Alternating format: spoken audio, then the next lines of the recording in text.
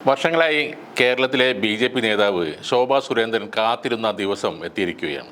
സ്വന്തം പാർട്ടിയിൽ കെ. സുരേന്ദ്രൻ ഉൾപ്പെടെയുള്ള നേതാക്കൾ കാലുവാരിയിട്ടും അവഗണിച്ചപ്പോഴും ശോഭ തളർന്നിട്ടില്ല. തിരിച്ചടിക്കാൻ അവസരം നോക്കിയിരുന്നു അവർ. ഈ തെരഞ്ഞെടുപ്പിൽ ശോഭാ സുരേന്ദ്രൻ തകർത്തത് ആലപ്പുഴയിലെ CPM-നെ ആയിരുന്നു. അത് CPM-ന് മാത്രമുള്ള തിരിച്ചടിയായിരുന്നില്ല, പാർട്ടിയിൽ തന്നെ ഒതുക്കിയവർക്കെല്ലാം കൂടി കൊടുത്ത ഒരു പണിയായിരുന്നു അത്. നിശബ്ദമായിരുന്നു കൊണ്ട് തൻ്റെ ജനപ്രീതി അവർ വീണ്ടും തെളിയിച്ചു. ആലപ്പുഴയിൽ ശോഭ കൈവരിച്ച നേട്ടം കേന്ദ്ര നേതാക്കളിൽ വലിയ ആത്മവിശ്വാസം ഉണ്ടാക്കിയിരിക്കുകയാണ്. തൊട്ടു പിന്നാലെ ആ വലിയ സർപ്രൈസ് ശോഭയെ തേടിയെത്തി.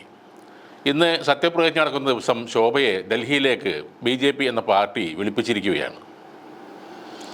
സംസ്ഥാന അധ്യക്ഷ പദവിയിലേക്ക് ശോഭ എത്തുമോ എന്നതാണ് എല്ലാവരും ഉറ്റുനോക്കുന്നത്. അതല്ലെങ്കിൽ ദേശീയ തലത്തിൽ നിർണായക പദവി നൽകാനും സാധ്യതയുണ്ട്. BJP സംസ്ഥാന അധ്യക്ഷൻ കെ. സുരേന്ദ്രൻ്റെ കാലാവധി നിലവിൽ പൂർത്തിയായ സാഹചര്യത്തിലാണ് ശോഭയെ വിളിപ്പിച്ചിരിക്കുന്നത്. ആലപ്പുഴയിൽ മത്സരിച്ച് 3 ലക്ഷത്തിനടുത്ത് വോട്ട് നേടി ശോഭ നേതാക്കളുടെ ശ്രദ്ധ പിടിച്ചുപറ്റിയിരുന്നു.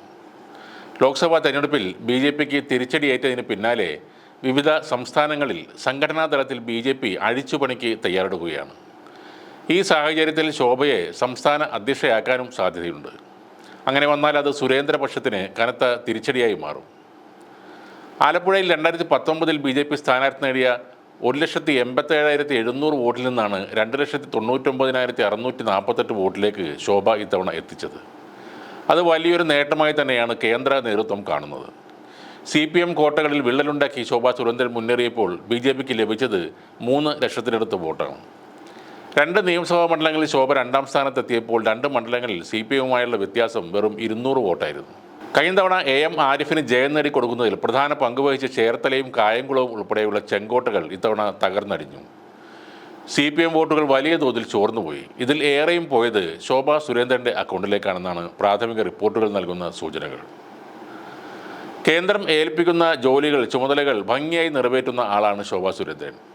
മത്സരിക്കുന്ന മണ്ഡലങ്ങളിലെല്ലാം വോട്ട് വിഹിതം കുത്തനെ ഉയർത്തുന്ന പതിവും അവർക്കുണ്ട്. എന്നാൽ ഗ്രൂപ്പുകളുടെ പിന്തുണ ഇല്ലാത്തതിനാൽ കേരളത്തിൽ എല്ലാവരാലും ഒതുക്കപ്പെട്ട, തഴയപ്പെട്ട BJPയുടെ ഈ വനിതാ നേതാവിന് എല്ലായ്പ്പോഴും അംഗീകാരം കിട്ടുന്നത് കേന്ദ്രത്തിൽ നിന്നാണ്.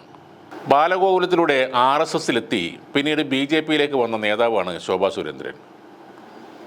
പഠിക്കുമ്പോൾ വക്കീലാകാനായിരുന്നു ശോഭയുടെ ആഗ്രഹം. വടക്കാഞ്ചേരിയിലെ ഒരു കർഷക കുടുംബത്തിലെ ഇളയ കുട്ടിയായിട്ടാണ് ശോഭ ജനിക്കുന്നത്. 8ാം ക്ലാസ്സിൽ പഠിക്കുമ്പോഴാണ് അച്ഛൻ മരിക്കുന്നത്. 6 മക്കളെ പിന്നീട് അമ്മ കല്യാണിയാണ് ഒറ്റയ്ക്ക് വളർത്തിയത്. ആ അമ്മ തന്നെയാണ് ശോഭയുടെ റോൾ മോഡൽ.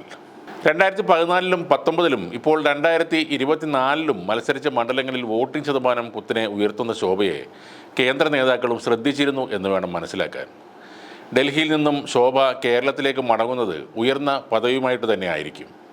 അത് ചിലപ്പോൾ പാർട്ടി സംസ്ഥാന അധ്യക്ഷ സ്ഥാനമാകാം, അല്ലെങ്കിൽ ഒരു മന്ത്രിസ്ഥാനം തന്നെയാകാം.